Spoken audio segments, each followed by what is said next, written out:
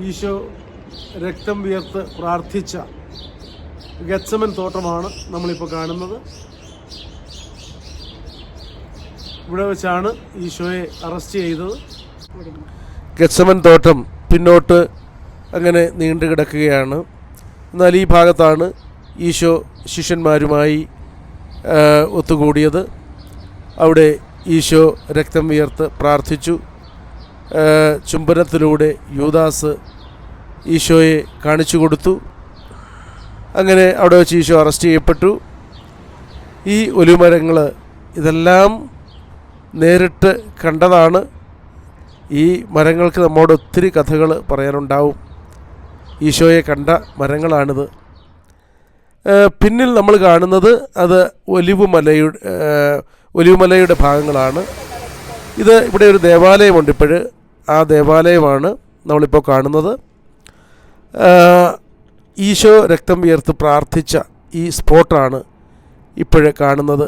അത് ഇപ്പോൾ ഒരു അൾത്താരയുടെ മുമ്പിലാണ്. അവിടെ ഒരു ഓൾട്ടറുണ്ട്. ഈ സ്പോട്ടാണ് അത് ഇങ്ങനെ പ്രത്യേകമായിട്ട് പ്രിസർവ് ചെയ്തിട്ടുണ്ട്. ഈ സ്പോട്ടാണ് ഈശോ രക്തം വിയർത്ത് പ്രാർത്ഥിച്ച സ്ഥലം. വലിയ ദൈവാനുഗ്രഹം. കാരണം ഇപ്പോൾ ടൂറിസ്റ്റുകളൊന്നുമില്ല. ഈ യുദ്ധത്തിൻ്റെ പ്രശ്നങ്ങളൊക്കെ ഇങ്ങനെ നിൽക്കുന്നത് കൊണ്ട് അതുകൊണ്ട് വളരെ സ്വസ്ഥമായിട്ട് അവിടുന്ന് ഇഷ്ടംപോലെ സമയം പ്രാർത്ഥിക്കാനും ആരുമില്ല. പ്രാർത്ഥിക്കാനും കാണാനും ഒക്കെ പറ്റി. വലിയൊരു ദൈവാനുഗ്രഹമായിട്ട് കാണുന്നു. ഇവിടെ നമുക്ക് കാണാൻ പറ്റും. അതിൻ്റെ ബാക്കിൽ കൊടുത്തിട്ടുണ്ട് ഈശോ അവിടെ ഇരുന്ന് പ്രാർത്ഥിക്കുന്നത്. അതുപോലെ ഇടതുവശത്തായിട്ട് ചുംബനത്തിലൂടെ യൂദാസ് ഒറ്റിക്കൊടുക്കുന്ന ആ പിക്ചർ നമുക്ക് കാണാൻ പറ്റും. ഇതെല്ലാം ഇവിടെയാണ്, ഈ സ്പോട്ടിലാണ് സംഭവിച്ചത്. ഇവിടെ ഇന്നലെ ബലിയർപ്പിക്കാനായിട്ട് സാധിച്ചു. പക്ഷേ 3 വൈദികരും 4 പേര് അല്ലാതെയും ഞങ്ങൾ 2 പേര് ഉൾപ്പെടെ അത്രമേ ഉണ്ടായിരുന്നുള്ളൂ. കാരണം ഇപ്പോൾ ടൂറിസ്റ്റുകളൊന്നുമില്ല, ഈ അസ്വസ്ഥതയൊക്കെ നിലനിൽക്കുന്നത് കൊണ്ട്. അപ്പോൾ വലിയ ദൈവാനുഗ്രഹത്തിൻ്റെ ഒരു സമയമായിരുന്നു ഇന്നലെ.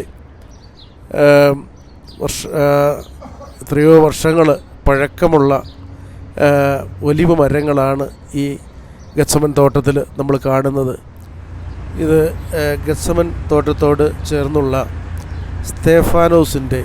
സെയിൻറ്റ് സ്റ്റീഫൻ്റെ രക്തസാക്ഷിത്വം വരിച്ച സ്ഥലമാണ്. ഇവിടെ വെച്ചാണ് അദ്ദേഹം കല്ലെറിഞ്ഞ് കൊല്ലപ്പെട്ടത്. അവിടെ ഒരു പള്ളിയുണ്ട് ഇപ്പോൾ. അത് അടച്ചിരിക്കുകയായിരുന്നുകൊണ്ട് അകത്ത് കയറാൻ സാധിച്ചില്ല. എന്നാൽ ആ സ്ഥലം, അദ്ദേഹം രക്തസാക്ഷിത്വം വരിച്ച ആ സ്ഥലമൊക്കെ കാണാനും പ്രാർത്ഥിക്കാനും സാധിച്ചു.